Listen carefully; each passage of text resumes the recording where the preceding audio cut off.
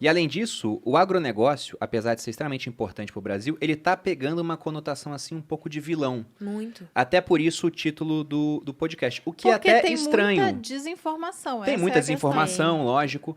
E lógico também, não é, nossa, né? É a panaceia para curar todos os problemas brasileiros. Claro que Não. não. Mas entrando primeiro na parte de economia, para depois discutir outros assuntos. Eu estava olhando uns dados aqui que o Eduardo levantou para gente sobre o agronegócio. Então já citei que em 2020 ele foi responsável por 26,6% do PIB. Em 2019 era 20,5%, então um crescimento muito grande de um ano para o outro. E o mais interessante é que em 1970, para quem pensar, o Brasil sempre teve essa vocação agro. O agronegócio era 7,5% do PIB, então ele foi aumentando de participação ao longo do tempo. Hoje nós somos o segundo maior exportador de alimentos do mundo, perdendo apenas para os Estados Unidos. Soja, nós somos o principal exportador. Carne bovina, somos o segundo. A gente perde para os americanos, pelo que eu estou vendo aqui. Milho, nós somos o terceiro lugar do agronegócio. Frango, nós somos o terceiro maior produtor mundial. Caramba. Açúcar, maior produtor e exportador. Papel e celulose, segundo maior produtor. Café, maior produtor e exportador. Então o agronegócio ele tem muito destaque aqui no Brasil. Por que você acha que, apesar de todo esse protagonismo, está crescendo aí uma visão negativa quanto ao setor? Quais são os fatores por trás disso? Essa era a minha grande pergunta, meu grande questionamento, por que que isso acontecia de fato, né? E aí eu fui convidada para ser assessora de comunicação da Confederação da Agricultura do Brasil e da Pecuária em Brasília.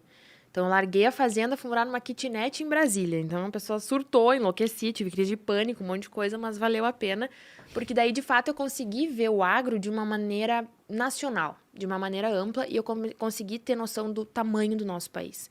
Eu acho que muitas pessoas que criticam o agro não têm noção do tamanho do nosso país e do desafio que é produzir aqui. Tu falou que nos anos 70 o Brasil ele passou de importador para exportador muito rápido. Né? E foi graças à implementação de tecnologia, inovação. A gente tem um agrônomo indicado para o Prêmio Nobel da Paz, o Alisson Paulinelli, que ele fez essa revolução.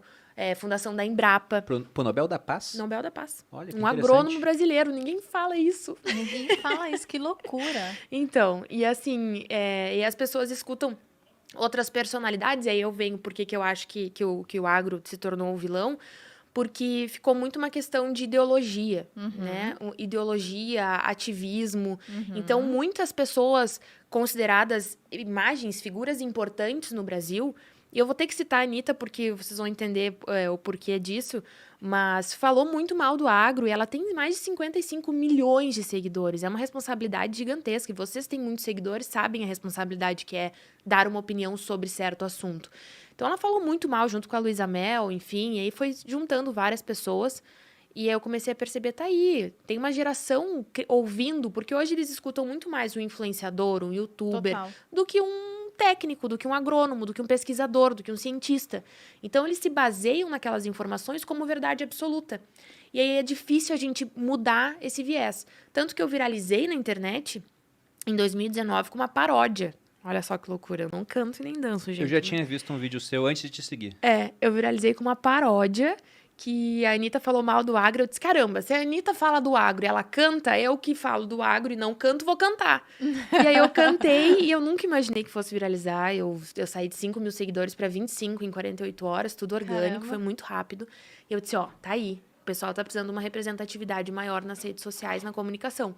E aí comecei a gravar meus vídeos, comecei a dar minha opinião sobre assuntos polêmicos, e eu realmente comecei a ver essa desinformação que começa, Bruno, na base. Hoje tem escolas passando informações que as crianças, por exemplo, têm que parar de comer carne para salvar a Amazônia. Então, assim, o buraco é muito mais embaixo do que a gente imagina. Não é só a mídia, é a escola também. E aí as pessoas têm isso na escola, chegam em casa, falam pros pais, pai, tu tá acabando com a Amazônia. Entendeu? Aí o pai fala, como assim tô acabando com a Amazônia? Você tá lá cuidando, fazendo uma pecuária sustentável, tentando investir em tecnologia, pagando a escola dos filhos com a pecuária, tem que escutar isso. Aí o filho vai pra rede social e enxerga pessoas que ele considera inteligentes, importantes, falando a mesma coisa, falando mal, batendo nessa tecla. Então é bem complexo, a gente tá lutando contra a maré aí.